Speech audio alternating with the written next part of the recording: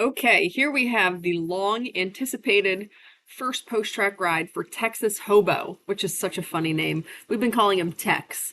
Anyway, Tex is a somewhere between 15.3 and 16 hand. I have to remember to actually figure out the specific point in between those two numbers, but somewhere in that range. 5-year-old thoroughbred gelding, and he's by Texas Red, which is an A Fleet Alex line, and he's out of a Street Boss mare, and Street Boss tends to just be exceptional for sport horse purposes. So I definitely like the bottom line on his breeding. Anyway, Tex is an unraced 5-year-old. I am always wary of unraced horses because you just don't know as much about them. However, Tex comes from a trainer who's a good friend of mine, Emily, and she has helped me source, oh my goodness, dozens and dozens of horses over the years.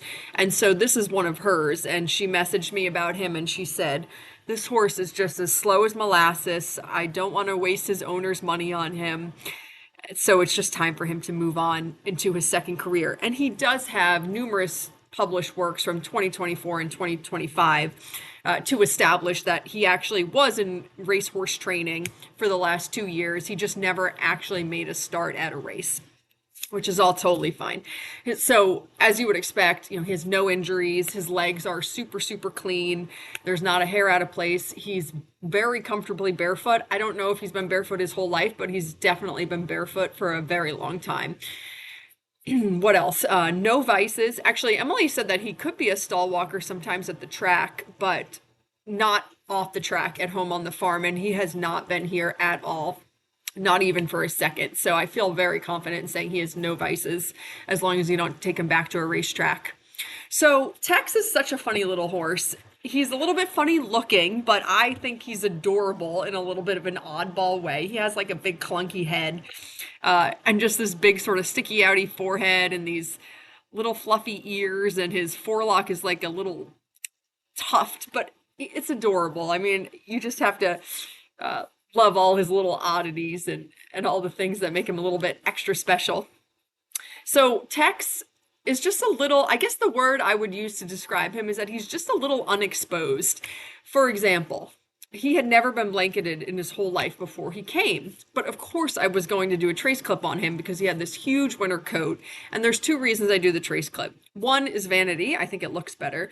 But two, when you actually start working them, they sweat, of course, because they're working. And then it's such a nightmare trying to cool them out when they're all sweaty with their long winter coat.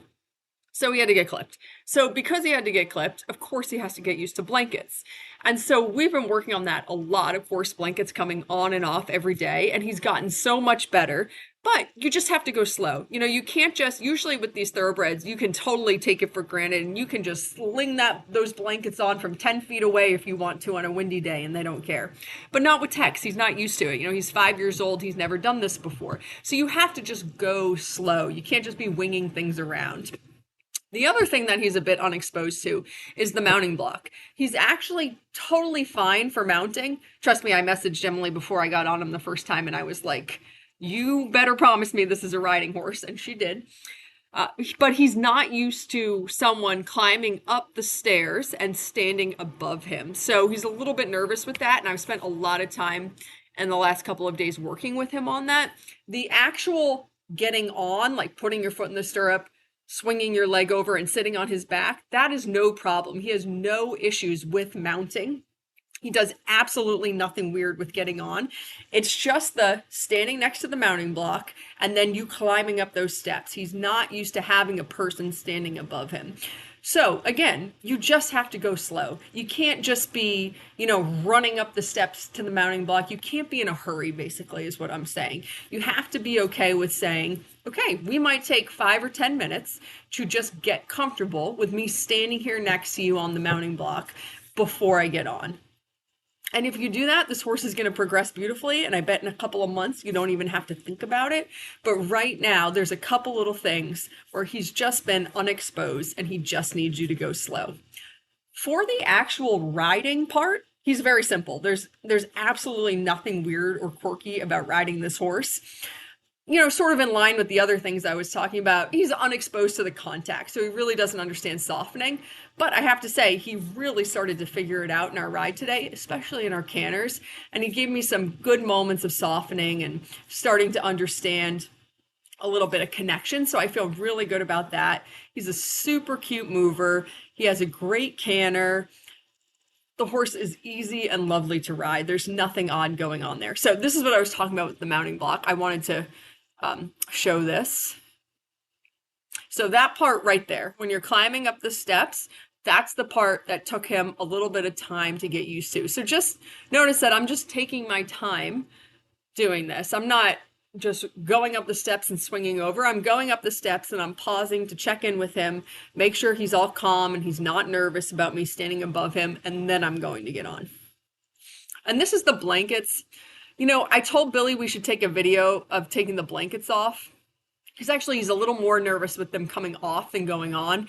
I think it's just the feeling of them sliding over his butt when they come off. But anyway, so I said we should take the video so we can show people, and then I took off the blanket and he didn't care at all. He acted like a totally normal horse, which is what you would expect after a couple of weeks of practicing this. But I'm probably blowing this way out of proportion. And in another couple of weeks, it won't even be something you have to think about anymore. But for now, there's just a few things you got to go slow on. The horse is super, super sweet. He stands fabulously on cross ties. He's very secure. He's not herd bound. He's not barn bound. He loves getting his face rubbed. He's really a sweet, adorable little horse. So the only other little thing that follows at the end of this video is that yesterday, I didn't actually ride him yesterday. We just worked on the mounting block. Just got on and off a couple of times, but no actual, like trotting and cantering around. Anyway, but we did a little lunging before I got on yesterday because it was the first time he had been in the ring, and I just wanted to give him a second.